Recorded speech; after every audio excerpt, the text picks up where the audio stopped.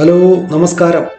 Malayali travel ഗൈഡിൻ്റെ പുതിയ വീഡിയോയിലേക്ക് എല്ലാവർക്കും സ്വാഗതം. ഇന്ന് നമ്മളിപ്പോൾ പത്തനംതിട്ട ജില്ലയിൽ സീതത്തോട് ഗ്രാമപഞ്ചായത്തിൽ കോട്ടമൺപാറയിലാണ്. നമ്മളൊരു ട്രെക്കിങ് നടത്താൻ വേണ്ടി പോവുകയാണ്. അപ്പോൾ എൻ്റെ കൂടെ എൻ്റെ ബന്ധുക്കളുണ്ട്. അവരുടെ ജീപ്പിൽ അവരുടെ സ്ഥലത്തിൽ കൂടി ഒരു ട്രെക്കിംഗ് മലയുടെ മുകളിലേക്ക് നടത്താൻ പോവുകയാണ്. അപ്പോൾ നമ്മൾ ആ ട്രെക്കിംഗ് സ്പോട്ടിലെത്തി. ഇവിടെ നിന്ന് അങ്ങോട്ട് നമ്മൾ പതുക്കെ മല കയറാൻ തുടങ്ങുകയാണ്. അപ്പോൾ അതുപോലെ മലയുടെ മുകളിൽ എത്തിക്കഴിഞ്ഞാൽ ഒരു സർപ്രൈസ് ഉണ്ടെന്നാണ് പറഞ്ഞിരിക്കുന്നത്. നമ്മുടെ ബന്ധുക്കളാണെങ്കിലും ഞാൻ ഇവരുടെ വീട്ടിൽ മാത്രമേ വന്നിട്ടുള്ളൂ, കൃഷി സ്ഥലത്തൊന്നും അങ്ങനെ വന്നിട്ടില്ല. അപ്പോൾ ഇതിന് മുകളിൽ എത്തിക്കഴിയുമ്പോൾ ഒരു സർപ്രൈസൊക്കെ ഉണ്ട്, ചില കാര്യങ്ങളുണ്ട്. തൊട്ടടുത്ത് തന്നെ ഈ സ്ഥലത്തോട് ചേർന്ന് തന്നെ റിസർവ് ഫോറസ്റ്റാണ്. അപ്പോൾ ആനയും കാട്ടുപോത്തും ഒക്കെ ഇറങ്ങുന്ന സ്ഥലമാണ്. അവരൊക്കെ അവരുടെ ജോലിക്കാരൊക്കെ ജോലിക്ക് വരുമ്പോഴൊക്കെ ആനയും കാട്ടുപോത്തിനെയൊക്കെ കാണാറുണ്ട്. അതുപോലെ വളരെ ബുദ്ധിമുട്ടി കൃഷി ചെയ്യുന്നൊരു പ്രദേശമാണിത്.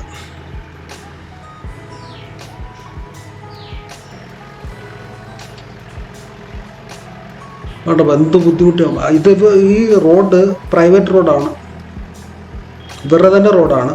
രണ്ട് സ്ഥലമുള്ളത്, രണ്ട് അപ്പുറം ഇപ്പുറം ഉള്ളത് അവരുടെ തന്നെ കൃഷി സ്ഥലമാണ്, റബ്ബറാണ്.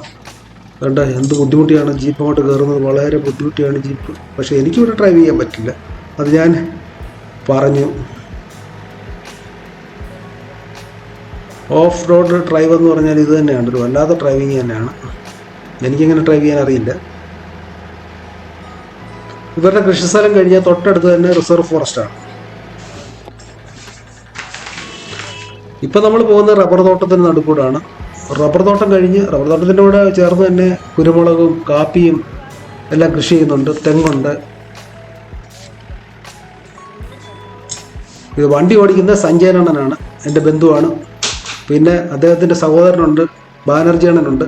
ബാനർജി അണ്ണൻ്റെ മോനുണ്ട് സതീഷിൻ്റെ മോനുണ്ട് കാശി.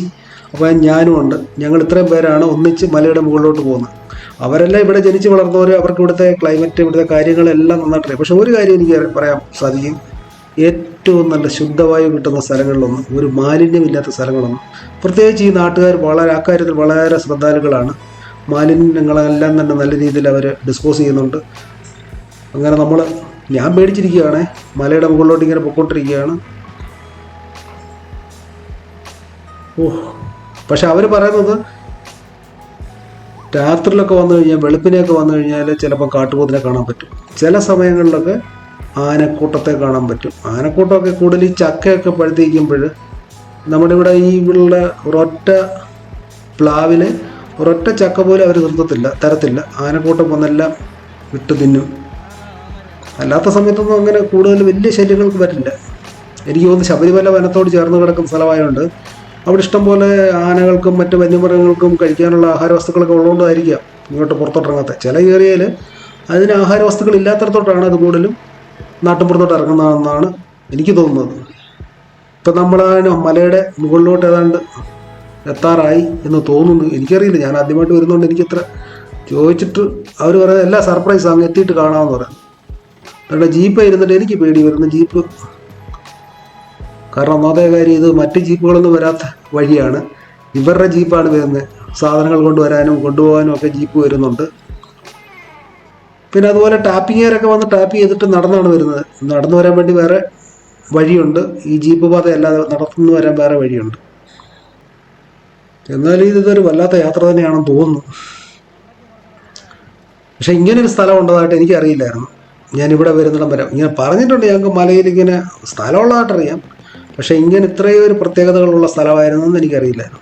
ഒരു മനുഷ്യവാസം അടുത്തെങ്ങും ഇല്ലാത്ത, തൊട്ടടുത്തെങ്ങും ആരുമില്ല, എല്ലാവരുടെ കൃഷി സ്ഥലങ്ങൾ മാത്രമാണ്. ഇവരെല്ലാം താമസിക്കുന്ന മെയിൻ റോഡോട് ചേർന്നുള്ള സ്ഥലത്താണ് എല്ലാവരും താമസിക്കുന്നത്. ഈ മലയുടെ തൊട്ടടുത്ത മലയിൽ കയറി നിന്ന് കഴിഞ്ഞാൽ നമുക്ക് ശബരിമലയിൽ മകരവിളക്ക് ദർശിക്കാനാവുമെന്നാണ് പറഞ്ഞത്. അപ്പോൾ നമ്മളിങ്ങനെ ഏതാണ്ട് മുകളിലെത്തിയെന്ന് തോന്നുന്നു. മുകളിലെത്തി. അപ്പോൾ നമുക്കിനി ഇവിടുത്തെ കാഴ്ചകളൊക്കെ കാണാം. അപ്പോൾ ആദ്യം നമ്മൾ ഇതാ ഇറങ്ങി നമ്മുടെ സാരഥി സഞ്ജയനണ്ണൻ ഇറങ്ങി. സഞ്ജയനണ്ണൻ്റെ സ്ഥലമാണിപ്പോൾ ഉള്ളത് കാണുന്നത്. അപ്പോൾ ഇവിടെ ഒരു ഏറുമാടം ഉണ്ടെന്ന് പറഞ്ഞു. ഒരു ഏറുമാടം അല്ല, 2 ഏറുമാടമാണ്. അപ്പോൾ സഞ്ജയനണ്ണൻ്റെ ഏറുമാടമാണ് നമ്മളെ ആദ്യം കാണിക്കുന്നത്. നമുക്ക് അവർ പറഞ്ഞ് ഇവിടെ താമസിക്കുകയൊക്കെ ചെയ്യാൻ പറ്റും. ഏറുമാടത്തിന് മുകളിൽ വന്യമൃഗങ്ങളൊന്നും വന്നു കഴിഞ്ഞാൽ ഒരു പ്രശ്നമില്ല. ഒരു ആഞ്ഞിലിയുടെ മുകളിലാണിത് എല്ലാം സെറ്റ് ചെയ്തിരിക്കുന്നത്. അതിലോട്ട് കയറാൻ ഇരുമ്പ് കൊണ്ടുള്ള ലാഡറുണ്ട്. അവിടെ ആനയൊന്നും വന്ന് ഇത് കുത്തിപ്പറിച്ചിടത്തൊന്നുമില്ല. അത്രയ്ക്ക് നല്ലൊരു മരത്തേലാണ്, നല്ല കനമുള്ള നല്ലൊരു ആഞ്ഞിലി മരത്തേലാണ് ഇത് സെറ്റ് ചെയ്ത് വെച്ചിരിക്കുന്നത്. വേണ്ടേ, അവരാണ് ഇതിൻ്റെ ഓണർമാർ. 4 പേര് ഇതാ വന്നുകൊണ്ടിരിക്കുന്നു. ഞാനിപ്പുറത്ത് വയ്ക്കുന്നു. സഞ്ജയനണ്ണൻ, ബാനർജി അണ്ണൻ, സതീഷ്, കാശി. അപ്പോൾ അതാ ഞാൻ അതിൻ്റെ മണ്ടക്കോട്ടത്ത് കയറുകയാണ്. അപ്പോൾ നമുക്കതിൻ്റെ മുകളിൽ കയറിയിട്ട് മുകളിൽ നിന്നുള്ള കാഴ്ചകളിലൂടെ കാണാം. പക്ഷേ എനിക്ക് ഭയങ്കര പേടി വരുന്നത് ഇത് കാണുമ്പോൾ തന്നെ. അല്ല, ആവേശമൊക്കെ ആയിരുന്നു വന്നപ്പോൾ. താഴെ നോക്കുമ്പോൾ തന്നെ ഒരു പേടി. അങ്ങനെ ഒരു വിധത്തിൽ വലിഞ്ഞ് മണ്ടയ്ക്ക് കയറി. അപ്പോൾ ഇതാ നമ്മൾ ഇതിൽ നിന്നുള്ള കാഴ്ചകൾ, ഏറുമാടത്തു നിന്നുള്ള കാഴ്ചകൾ കണ്ടു. എന്ത് മനോഹരമായ കാഴ്ചയാണ്. ഗ്ലാസ്സൊക്കെ ഇട്ടിട്ടുണ്ട്. നമുക്ക് ഗ്ലാസ് പൊക്കിയൊക്കെ വെക്കാം. പിന്നെ അതുപോലെ കൊതുകും മറ്റു കാര്യങ്ങൾ. പക്ഷെ ഇവിടെ കൊതുകേ ഇല്ല. തൊട്ടപ്പുറത്ത് തന്നെ റബ്ബറിൻ്റെ തൊട്ടപ്പുറത്ത് തന്നെ നമ്മുടെ റിസർവ് ഫോറസ്റ്റാണ്. പക്ഷേ രാത്രി തീർച്ചയായിട്ടും നമുക്ക് മൃഗങ്ങളുടെ അലർച്ച ഇവിടെ ആകപ്പാടെ ചീവീടിൻ്റെയൊക്കെ ബഹളമായിരിക്കും ഒരു പക്ഷേ രാത്രിയിൽ എന്നാണ് എനിക്ക് തോന്നുന്നത്. അവർ പറഞ്ഞ അങ്ങനെയാണ്. നല്ലൊരു പ്രത്യേക ഒരു അന്തരീക്ഷമാണ് ഇവിടെ. ഇതാണ്ട് തൊട്ടടുത്ത് തന്നെ ഫോറസ്റ്റ് നമുക്ക് കാണാം. ഇതാണ് ഫോറസ്റ്റ്. നമ്മൾ ഫോറസ്റ്റിലോട്ട് നമ്മൾ ഇറങ്ങുന്നില്ല. അവരുടെ പെർമിഷൻ ഇല്ലാതെ നമ്മൾ ഫോറസ്റ്റിലോട്ട് നമ്മൾ ഇറങ്ങുന്നില്ല. നമ്മുടെ സ്ഥലത്തു നിന്ന് തന്നെ നമ്മൾ അവിടുത്തെ ഫോറസ്റ്റിൻ്റെ ദൃശ്യം എടുത്തിരിക്കുന്നതാണ്. റിസർവ് ഫോറസ്റ്റിൽ അവരുടെ പെർമിഷൻ ഇല്ലാതെ നമ്മൾ ഇറങ്ങാൻ പാടില്ല. നമ്മുടെ സ്ഥലത്ത് നിന്ന് തന്നെ നമ്മൾ ഇത് എല്ലാം ചിത്രീകരിച്ചിരിക്കുന്നുണ്ട്. റബ്ബറുണ്ട് തൊട്ടടുത്ത് തന്നെ നമ്മൾ നിൽക്കുന്നത്. ഇവിടെ കുരുമുളക് കൃഷിയും മറ്റു കാര്യങ്ങളെല്ലാം ഉണ്ട് ഇവിടെ. പിന്നെ ഇതെല്ലാം കാട് വെട്ടിത്തെളിക്കണേ തന്നെ നല്ലൊരു പണിയാണ്. ഈയിടെ അങ്ങോട്ട് കാട് വെട്ടിത്തെളിച്ചതേ ഉള്ളെന്നാണ് പറഞ്ഞത്. മെഷീൻ വെച്ച് കാടൊക്കെ വെട്ടിത്തെളിക്കാൻ തന്നെ നല്ലൊരു ചിലവാണ്. പിന്നെ പണ്ട് കാലത്ത് ഇവിടെ കുടിയേറി താമസിക്കുന്ന ആൾക്കാരാണ്. ഈ ആങ്ങമൂഴി സീതത്തോട് ഇവിടുത്തെ ഒരു പ്രത്യേകത, ചിറ്റാർ സൈഡിലെ ഒരു പ്രത്യേകത എന്ന് പറഞ്ഞാൽ ഇവിടുത്തെ ആൾക്കാർ കൂടുതലും പത്തനംതിട്ട ജില്ലയുടെ വിവിധ ഭാഗങ്ങളിൽ നിന്ന് വന്ന് താമസിക്കുന്ന ആൾക്കാരാണ്. മറ്റ് സ്ഥലത്തിൻ്റെ കൂട്ടല്ല. ഇപ്പോൾ ഇടുക്കിയിലൊക്കെയാണ് കൂടുതൽ ആൾക്കാർ, ഒരു പക്ഷേ കോട്ടയം അതേപോലുള്ള സ്ഥലം മറ്റ് പല സ്ഥലത്തുനിന്ന് വന്നിട്ടുള്ള ആൾക്കാരാണ്. ഇവിടെ കൂടുതലും ഈ കോട്ടമൺപാറ, ഇതേപോലുള്ള ചിറ്റാർ, പെരുന്നാട്, ഇവിടെയുള്ള പണ്ട് കുടിയേറിയ ആൾക്കാരെല്ലാം പത്തനംതിട്ട ജില്ലയുടെ തന്നെ വിവിധ ഭാഗങ്ങളിൽ നിന്ന് വന്ന ആൾക്കാരാണ്. അപ്പോൾ എല്ലാവരുടെയും ഭാഷയും കൾച്ചറും എല്ലാം ഏതാണ്ട് ഒരേപോലെ സെയിം ഒക്കെ തന്നെയാണ്. പത്തനംതിട്ട ജില്ല തന്നെ ചെറിയൊരു ജില്ലയാണല്ലോ. അപ്പോൾ ഞങ്ങളിങ്ങനെ ഇവിടെ വന്നപ്പോൾ എനിക്ക് ആകപ്പാടെ ഒരു വനത്തിൽ എത്തിയ ഒരു പ്രതീതിയാണ്. വനത്തിലോട്ട് ഇറങ്ങിയില്ലേ പോലും ഇവരുടെ സ്ഥലം തന്നെ കണ്ടപ്പോൾ തന്നെ ഒരു വനത്തിൻ്റെ ഒരു പ്രതീതി, നല്ലൊരു പറഞ്ഞറിയിക്കാൻ പറ്റാത്തൊരു സന്തോഷം. പിന്നെ ചെറിയൊരു പേടിയുണ്ട്. പക്ഷേ ഇവർക്കാർക്കും പേടിയില്ലാത്തോട്ട് പിന്നെ നമുക്ക് കൂടെ ധൈര്യമായിട്ട് നടക്കാം. അവരും അവരുടെ സ്റ്റാഫൊക്കെ ഇവിടെ ജോലിക്ക് വരുമ്പോൾ, ജോലിക്കാരൊക്കെ ജോലിക്കൊക്കെ വരുമ്പോൾ അവർക്ക് ആനയും കാട്ടുപോത്തിനെയും മറ്റ് പല മൃഗങ്ങളെ അവർ കാണാറുണ്ട്. പക്ഷെ അവരൊക്കെ ജനിച്ച നാൾ തൊട്ട് അവരിതിനെയൊക്കെ കണ്ട് അതുമായിട്ട് ഇണങ്ങിയിട്ടില്ല. അതുമായിട്ട് ഒരു അതിനെ ഉപദ്രവിക്കാതെ അവർ അവരുടെ ജോലി ചെയ്ത് ജീവിക്കുന്നു. അതുകൊണ്ട് തന്നെ ഈ പ്രദേശങ്ങളിൽ താരതമ്യേന മറ്റ് സ്ഥലങ്ങളെ അപേക്ഷിച്ച് വന്യമൃഗങ്ങളുടെ ശല്യം വളരെ കുറവാണ്. ഇപ്പോൾ നമ്മൾ ഇതുവഴിയെല്ലാം നടക്കുകയാണ്. എനിക്ക് പേടിയുണ്ടോ അല്ല പാമ്പ് എന്തെങ്കിലും ഉണ്ടോ? പക്ഷെ ഇവിടെ പാമ്പൊന്നും ഇല്ലെന്നാണ് പറഞ്ഞത്. വളരെ അപൂർവമായിട്ടാണ് പാമ്പിനെ കാണാം. അതുകൊണ്ട് ഇവിടെ ഇപ്പോൾ കുരുമുളകിൻ്റെ കൃഷി, വിളവെടുപ്പ് നടന്നുകൊണ്ടിരിക്കുകയാണ്. കുറേയൊക്കെ പറിച്ചുകൊണ്ട് കാപ്പിയുണ്ട്. കാപ്പിയൊക്കെ പഴുത്തിരിക്കുന്നുണ്ട്. ഒത്തിരി വിളവെടുക്കാനുണ്ട്. നമ്മളിപ്പോൾ നമ്മുടെ ഇവിടെ മെയിൻ പത്തനംതിട്ടയോ അല്ലെങ്കിൽ വേറെ ഏതെങ്കിലും പ്രദേശത്തൊക്കെ ഇപ്പോൾ ഭയങ്കര ചൂട് സമയം. ഇപ്പം നമ്മളേതാണ്ട് 2 മണി ആയതേ ഉള്ളൂ. ഇവിടെ തന്നെ നല്ല തണുപ്പ്. ഇത് നല്ലൊരു ക്ലൈമറ്റ് അവിടെ വന്നു കഴിഞ്ഞാൽ പറഞ്ഞറിയിക്കാനാകാത്ത ഒരു സന്തോഷം.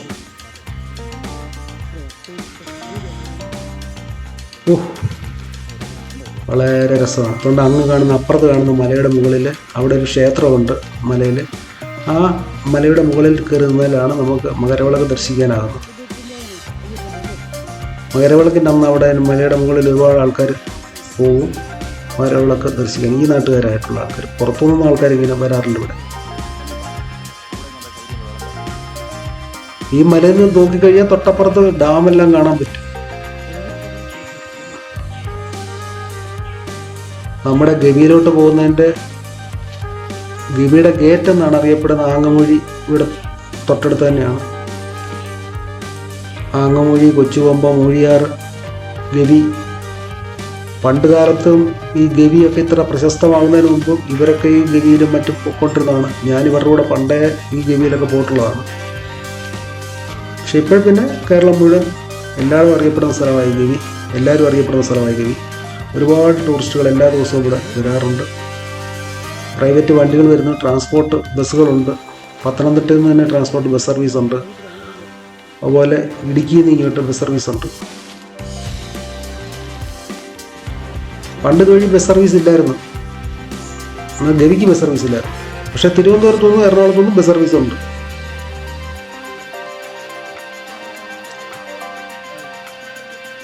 അപ്പോൾ ഇതൊക്കെയാണ് ഇവിടുത്തെ വിശേഷങ്ങൾ. നമുക്കിനിയും ഇത് അടുത്ത ആളിൻ്റെ ബാനർജി അണ്ണൻ്റെ സ്ഥലത്തോട്ട് നമ്മളിപ്പോൾ കയറിയിരിക്കുകയാണ്. ഇവിടെ നിന്നൊരു ചെറിയ ഒരു വീടുണ്ട്, ഏറുമാടം. താഴെ ഒരു വീട് പോലെ വെച്ച് അതിന് മുകളിലാണ് ഏറുമാടം വെച്ചിരിക്കുന്നത്. കുറച്ചുകൂടെ അത് സേഫ്റ്റിയാണ്, കുഴപ്പമില്ല. മുകളിൽ കയറി നിന്ന് കഴിഞ്ഞാൽ ആന തള്ളി മറിച്ചിടത്തൊന്നുമില്ല.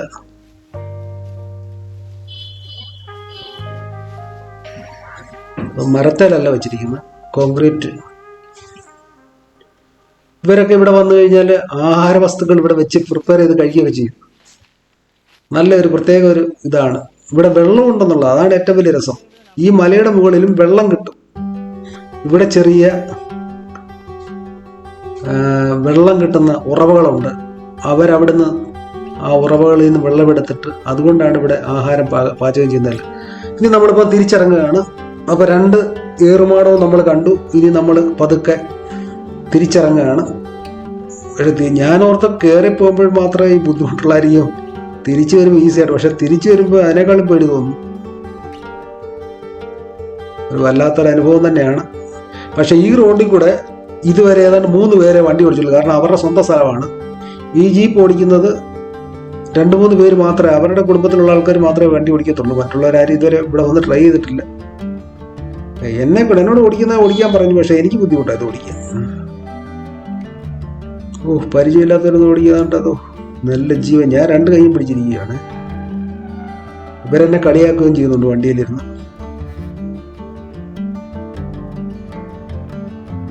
ഭയങ്കരം തന്നെ. ഞാനിങ്ങനെ അധികം യാത്ര ചെയ്തിട്ടില്ല, അതുകൊണ്ടായിരിക്കാം ഇങ്ങനത്തെ ജീപ്പിലുള്ള യാത്ര. നമ്മുടെ ഈ സിറ്റിയിലൊക്കെ താമസിക്കുന്നവരൊക്കെ ഇവിടെ വന്ന് ഇങ്ങനെ ഓഫ് റോഡ് ഡ്രൈവൊക്കെ ചെയ്ത് ഈ വണ്ടിയിലൊക്കെ യാത്ര ചെയ്ത് കഴിഞ്ഞാൽ ശരീരമൊക്കെ നല്ല ഇളകി, നല്ല കുറേ ദിവസത്തിന് നല്ല ശരീരത്തിന് വേദനയൊക്കെ ആയിരിക്കും. എനിക്കിവിടെ വന്നപ്പോൾ മൂകാംബികയിലെ കുടജാദ്രിയിലോട്ടുള്ള ട്രക്കിംഗ് ആണ് എനിക്ക് ഓർമ്മ വന്നത്. അവിടെ ഞാൻ പോയിട്ടുണ്ട്. പക്ഷെ ആ റോഡ് കുറച്ച് ഇച്ചിരി ഇതാണെങ്കിൽ പോലും അതിനേക്കാളും എനിക്ക് ബുദ്ധിമുട്ടായി തോന്നി ഇവിടുത്തെയാണ്.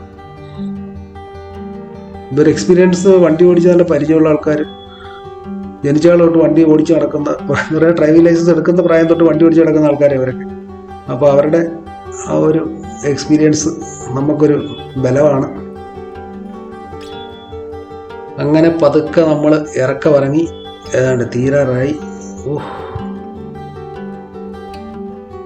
ഇതിപ്പോൾ പ്രൈവറ്റ് അവരുടെ തന്നെ സ്വന്തം വഴിയായതുകൊണ്ട് നമുക്ക് ഗവൺമെൻറ്റിനെ ഒന്നും പറയാൻ പറ്റത്തില്ല. ഇത്രയോ ഇങ്ങനത്തെ റോഡ് ടാർ ചെയ്തില്ലല്ലോ മറ്റൊന്നും പറയാൻ പറ്റില്ല. ഇത് അവരുടെ സ്വന്തം, അവർക്ക് വേണ്ടി മാത്രമുള്ള റോഡാണ്. അവർ തന്നെ ഉണ്ടാക്കിയിരിക്കുന്ന റോഡ്, അവരുടെ ആവശ്യങ്ങൾക്ക് ഉപയോഗിക്കാൻ വേണ്ടിയുള്ള റോഡ്.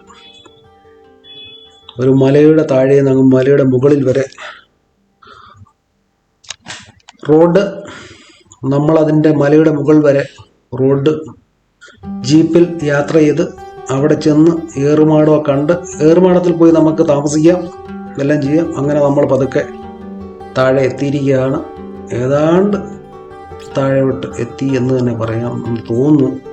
ഒരു ഉദ്ദേശം അങ്ങനെ പറയുകയാണ്.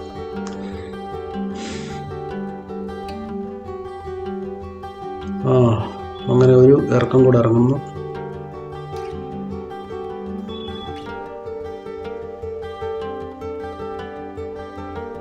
അപ്പോൾ ഒരു കാര്യം പറയാൻ മറന്നുപോയി.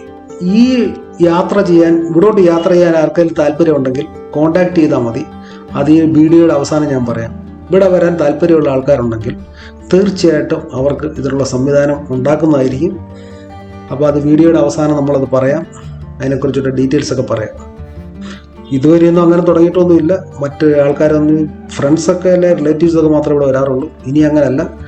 അല്ലാതെ തന്നെ നമ്മൾ വരുന്നവർക്കൊക്കെ വന്ന് ഇവിടുത്തെ കാഴ്ചകളൊക്കെ കാണാനൊക്കെ ഉള്ളൊരു സംവിധാനം ഉണ്ടാക്കാൻ പോവുകയാണെന്നാണ് നമ്മുടെ സഞ്ജയനണ്ണൻ പറഞ്ഞത്. അദ്ദേഹം അങ്ങനെ ഒരു ചെറിയൊരു സംരംഭം തുടങ്ങാനുള്ള ഉദ്ദേശമുണ്ട്. അപ്പോൾ നമുക്ക് ബാക്കി കാര്യങ്ങൾ, നമ്മളങ്ങനെ മെയിൻ റോഡിൽ വന്നിറങ്ങി ഇനി നമ്മൾ പതുക്കെ ഇങ്ങനെ അങ്ങോട്ട് പോവുകയാണ്.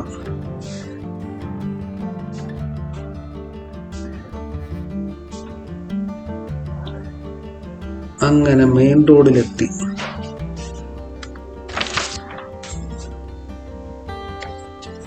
ഏറുമാടത്തിലെ നൈറ്റ് ജീവിതം വളരെ ഒരു പ്രത്യേക വൈബാണ്. അപ്പോൾ ഇവിടെ വന്ന് അനുഭവിച്ചാൽ മാത്രമേ അറിയത്തുള്ളൂ. പക്ഷേ ഞാനിപ്പോൾ അനുഭവിച്ചില്ല. പക്ഷേ ഇന്ന് രാത്രി ഞാനിവിടെ സ്റ്റേ ചെയ്യുന്നുണ്ട്. ഞങ്ങൾ പോയിട്ട് തിരിച്ചു വരുന്നുണ്ട്. അപ്പോൾ ഇനി നമ്മൾ തിരിച്ച് സഞ്ജയനണ്ണൻ്റെ വീട്ടിലോട്ട് നമ്മൾ പോവാണ്. സഞ്ജയനണ്ണൻ ഇവിടെ 2 വീടുണ്ട്. പഴയ വീട്ടിലോട്ടാണ് നമ്മൾ പോകുന്നത്. ഇപ്പം അവിടെ ഒരു സംഭവമുണ്ട്. ഇത് അദ്ദേഹത്തിൻ്റെ വീട്ടിലെത്തി. ആ ജീപ്പിലാണ് നമ്മൾ പോയത്. ഈ വീടിൻ്റെ ഫ്രണ്ടിൽ നിന്നാണ് 2021 വെള്ളപ്പൊക്കത്തിൽ ഒരു കാറ്, ഇദ്ദേഹത്തിൻ്റെ സഞ്ജയനണ്ണൻ്റെ ഒരു കാറ് ഉരുൾപൊട്ടി വെള്ളം വന്ന് ആ കാറിനെ എടുത്ത് ഡാമിൽ കൊണ്ടുപോയി. 1 മാസത്തിന് ശേഷമാണ് ആ കാർ തിരിച്ചു കിട്ടിയത്. അന്ന് കേരളത്തിലെ എല്ലാ ദൃശ്യമാധ്യമങ്ങളും അതിൻ്റെ ന്യൂസൊക്കെ വന്നതാണ്. ഇപ്പം ഇത് പഴയ വീടാണ്. ഈ വീട് ഒരു ഹോം സ്റ്റേ ആയിട്ട് കൊടുക്കാൻ അദ്ദേഹം ഉദ്ദേശിക്കുന്നുണ്ട്. അതുപോലെ തന്നെ ആ വീടിനോട് ചേർന്ന് തന്നെ തേണ്ട നല്ലൊരു ചെറിയ വെള്ളച്ചാട്ടം. ഇത് വനത്തിൽ നിന്ന് ഉത്ഭവിച്ചു വരുന്ന ഒരു ഉറവയാണ്, ഒരു ചെറിയൊരു തോട് പോലെ. പക്ഷെ മഴക്കാലത്ത് നല്ല വെള്ളം കാണും. ഇപ്പോഴും തേണ്ട നല്ല വെള്ളമുണ്ട്. ഇവിടെ മുങ്ങിക്കുളിക്കാം. നല്ല തണുപ്പാണ്. ഈ വെള്ളം കുടിക്കാൻ പോലും ഒരു കുഴപ്പമില്ല. കാരണം തൊട്ടടുത്ത വനമാണ്. വനത്തിൽ നിന്ന് വരുന്ന ഒരു മലിനമോ മറ്റ് നമ്മുടെ മിനറൽ വാട്ടറിനേക്കാളും നല്ലതാണെന്ന് തോന്നുന്നു. ഞങ്ങളെ കുടിക്കാറുണ്ട്. ഞാനിവിടെ വന്നു കഴിഞ്ഞാൽ ഈ വെള്ളം കുടിക്കാറുണ്ട്. നല്ല ഇതാണ്. തണ്ട് ഇവിടെ മുങ്ങിക്കുളിക്കുക. ഇപ്പോൾ ജനുവരി മാസമായിട്ട് തണ്ട് ആ ഒരു വെള്ളം ഇപ്പോഴും ഉണ്ട്. മുങ്ങിക്കുളിക്കാം. തണ്ട് ആ ഉരുൾപൊട്ടി വന്ന കല്ലുകളൊക്കെ ഇവിടെ കിടപ്പുണ്ട്. അത് നമുക്ക് കാണാൻ പറ്റും. ബാക്കിലോട്ട് നോക്കിക്കഴിഞ്ഞാൽ ഒരുപാട് കല്ലുകൾ. അന്ന് വലിയ മലവെള്ളപ്പാച്ചിലാണ് ഉണ്ടായത്. അതുകൊണ്ട് ഇവിടെ എല്ലാം ഉരുളൻ കല്ലുകളാണ് ആ കുഴിക്കകത്തെല്ലാം ഉള്ളത്. സൈഡിലെല്ലാം കല്ലുകൾ കിടപ്പുണ്ട്. പക്ഷെ ഇപ്പോൾ ഇത് വന്ന് കണ്ടു കഴിഞ്ഞാൽ ആരും പറയില്ല ഇവിടെ ഉരുൾപൊട്ടി അല്ലെങ്കിൽ വെള്ളം പൊങ്ങി അങ്ങനെയൊക്കെയുള്ള സ്ഥലമായിരുന്നു ആരും പറയില്ല. അതുകൊണ്ട് നോക്കി വേണ്ട സതീഷ് ഇരിക്കുന്നു, കാശി ഇരിക്കുന്നു. അവരുടെ തൊട്ട് ബാക്കിൽ തണ്ട് ഇങ്ങനെ കല്ലിങ്ങനെ കിടക്കുകയാണ്. ഇതൊക്കെ വെള്ളപ്പാച്ചിൽ ഒഴുകി വന്നതാണ്. ഈ തടി ഉൾപ്പെടെ എല്ലാം ഒഴുകും. അപ്പോൾ ഇവിടെ വരാൻ താല്പര്യമുള്ളവർക്ക് ഇവിടെ വരാം. ഇവിടെ വന്ന് ഈ മലയിലോട്ട് ജീപ്പിൽ യാത്ര ചെയ്യാൻ സാധിക്കും. ഏറുമാടൽ താമസിക്കാൻ സാധിക്കും. അതുപോലെ ഈ വെള്ളച്ചാട്ടത്തിനടുത്ത് നിന്ന് അരുവിയിൽ നിന്ന് കുളിക്കാൻ സാധിക്കും. അപ്പോൾ നിങ്ങൾ തീർച്ചയായിട്ടും വരാൻ താല്പര്യമുള്ളവർ ഈ സഞ്ജയനണ്ണനെ കോൺടാക്ട് ചെയ്താൽ മതി. അദ്ദേഹത്തിൻ്റെ വാട്സപ്പ് നമ്പർ ഞാൻ ഡിസ്ക്രിപ്ഷനിൽ കൊടുക്കുന്നതാണ്. അപ്പം തീർച്ചയായിട്ടും എല്ലാവരും വരിക. വീഡിയോയുടെ ലെങ്ത് ശാലം കൂടുതലായിട്ട് കരുതുന്നു. അപ്പം ബൈ.